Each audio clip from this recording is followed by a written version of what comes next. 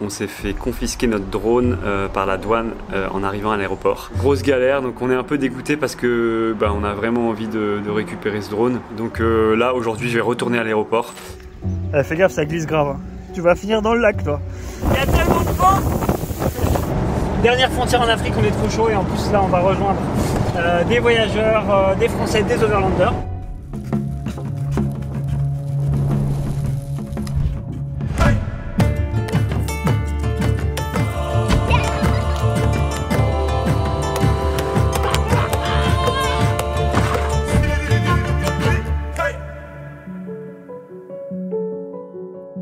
Il est l'heure pour nous de quitter l'Ouganda, mais avant ça, on a une dernière chose à régler, c'est de récupérer le drone saisi par les douanes. On est un peu stressé, mais on tente le tout pour le tout parce que ça représente quand même une somme importante pour nous, ce drone, et on en a besoin pour faire nos vidéos. Et surtout, c'est vraiment très compliqué pour s'en procurer un nouveau ici ou au Kenya. Alors c'est parti, direction Kampala, la capitale de l'Ouganda.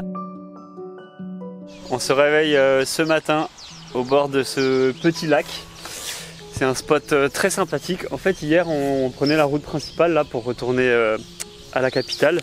Et on a vu ce magnifique petit lac avec des petits îlots et des petites huttes sur les îlots. Et du coup, on s'est arrêté. Et hier soir, on est allé prendre une bière sur les petites îles là, dans la petite hutte. Et on s'est pris une petite tempête. Je te laisse une bonne petite drache. Je te laisse découvrir les images tout de suite.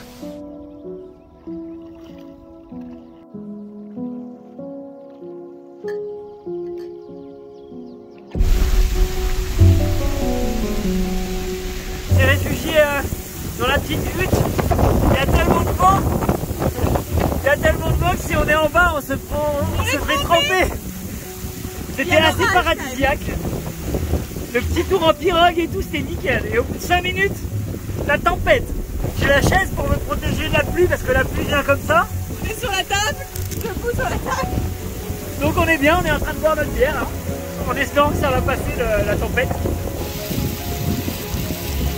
Bon, ça s'est calmé un petit peu là. Ouais, il pleut presque plus, alors je crois qu'il vient nous chercher, mais il est en train d'écoper. Ah ouais, c'est vraiment la tempête quoi. Et ça a duré un quart d'heure.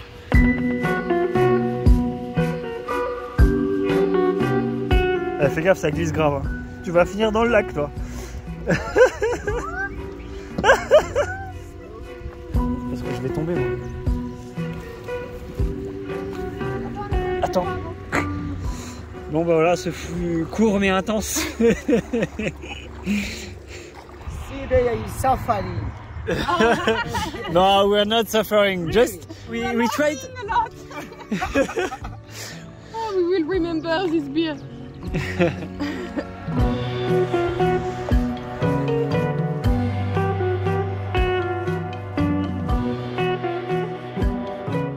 Il y a des avocats partout par terre là. Et regarde tous les avocats qu'il y a dans l'arbre. C'est un truc de fou. Tout ça c'est des avocatiers. Et du coup ils nous ont dit qu'ils allaient nous filer plein d'avocats. Et là on vient d'arriver et je crois que Léon est un peu dans la flotte. On a mis des petites pierres pour qu'on soit droit. Ah oui. L'accès à la cuisine est compromis là. Ok. Voilà, bienvenue dans notre cuisine. Putain. Hey, c'est trop bien. On est bien là. On bouge ou on reste là? Ben on reste là, on est bien là. Bah, on a juste les pieds dans l'eau, c'est pas grave, on est en tongs. C'est tranquille, regarde. Hop. Ah, c'est trop bien. Vive la saison des pluies. Regarde, après la pluie, le beau temps. C'est magnifique. Bah Marion n'est pas satisfaite de notre bivouac. Alors elle a décidé de bouger la voiture pour aller se garer là.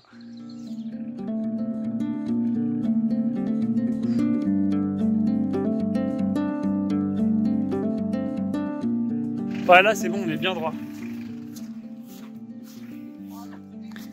On est bien droit et en plus on a une cuisine avec les pieds au sec. Mais moi je trouve qu'on était quand même... Bah non, moi je trouve qu'on était mieux. Là-bas il y avait la petite table et tout. Regarde. Qu'est-ce que vous en pensez? Dites-nous en commentaire, on était mieux là-bas ou ici. Nous avons des nouveaux clients pour aller sur l'île. On espère qu'ils vont être un peu plus chanceux que nous. Ah, trop sympa. Et il nous amène un avocat qui est prêt pour manger ce soir.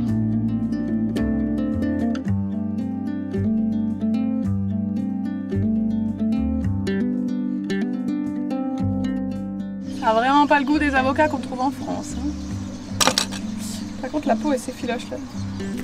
Il est bien crémeux. Un bon guacamole.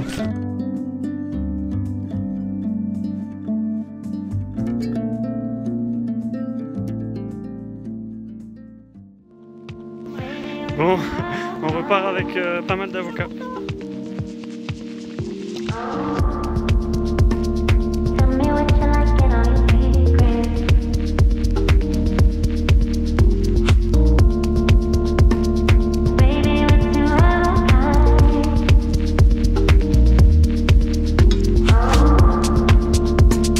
Quand on est rentré de France en Ouganda, on s'est fait confisquer notre drone par la douane en arrivant à l'aéroport.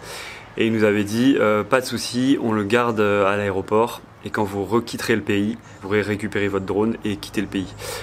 Sauf qu'on leur avait expliqué que on quittait pas le pays par l'aéroport mais par la route.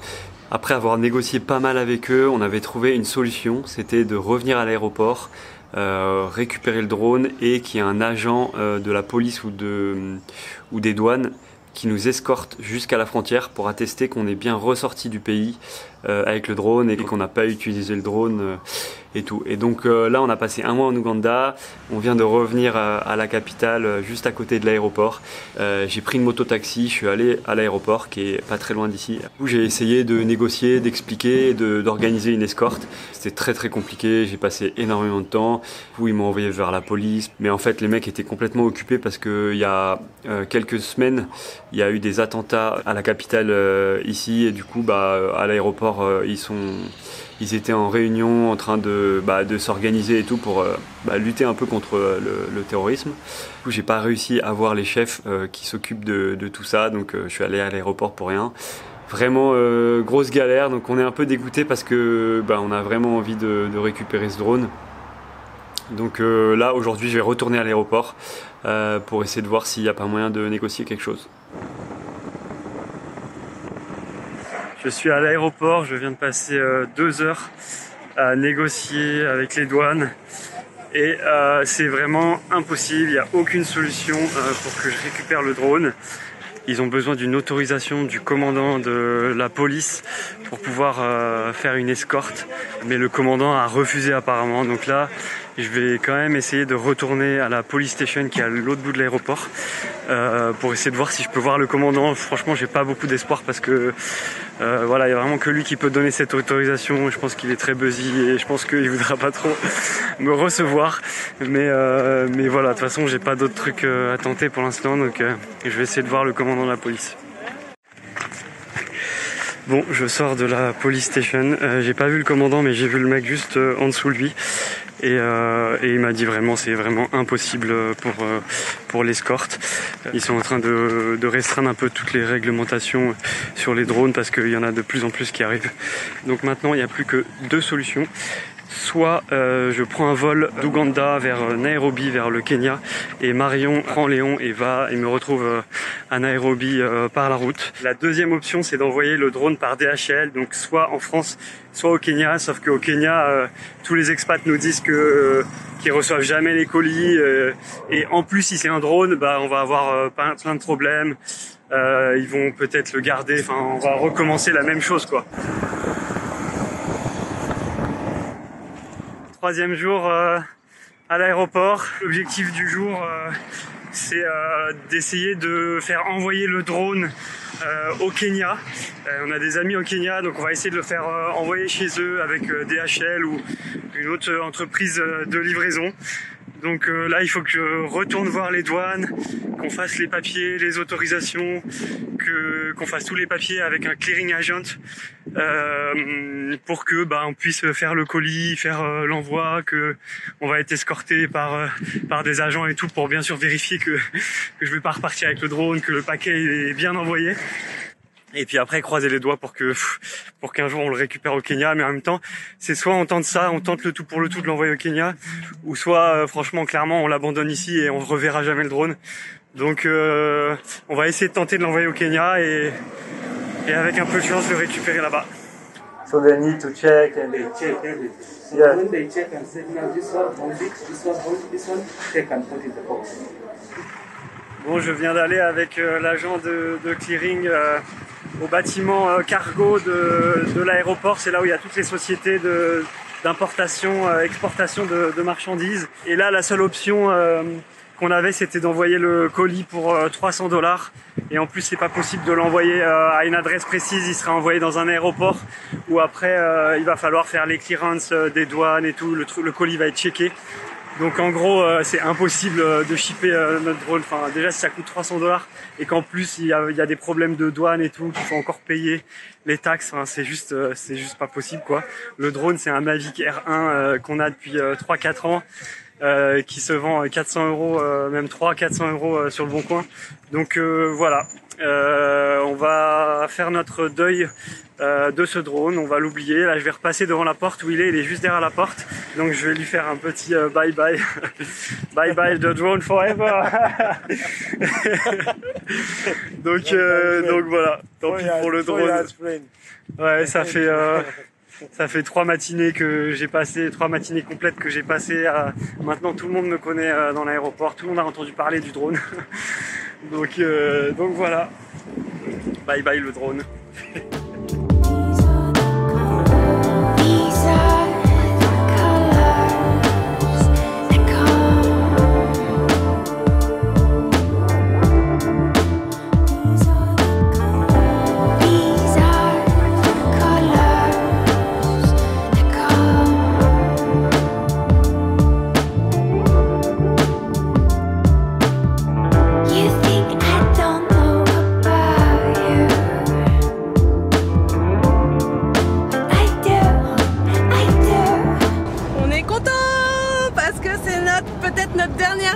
En Afrique, on a passé et on l'a passé haut la main.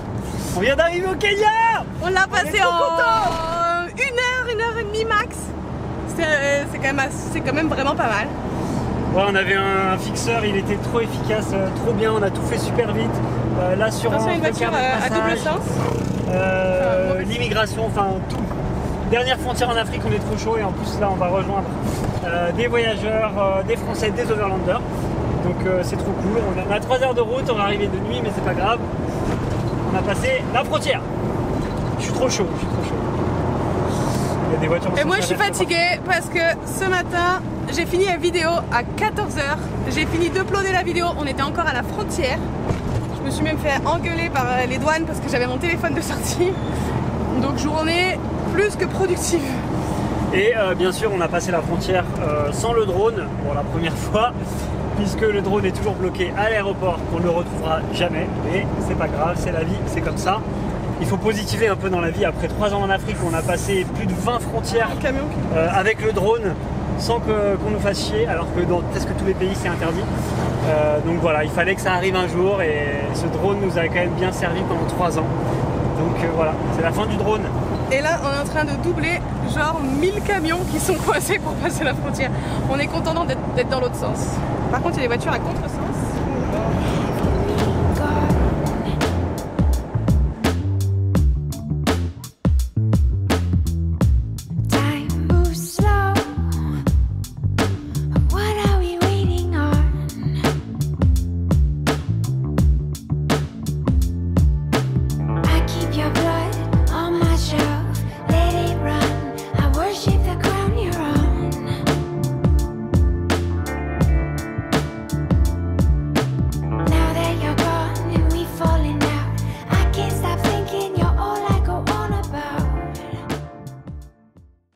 On vient de se réveiller en haut de cette montagne et on a rejoint ici une famille de Français qui voyagent en Afrique.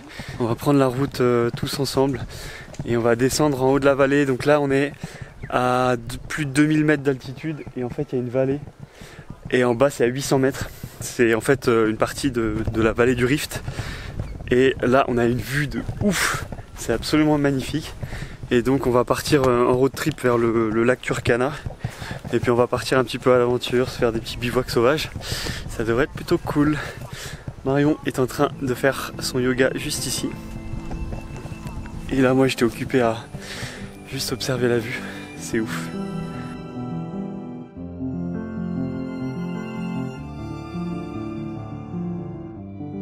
La famille de Français, c'est les Wamok Family, donc il y a Guillaume, Barbara et leurs 2 filles de 5 et 7 ans.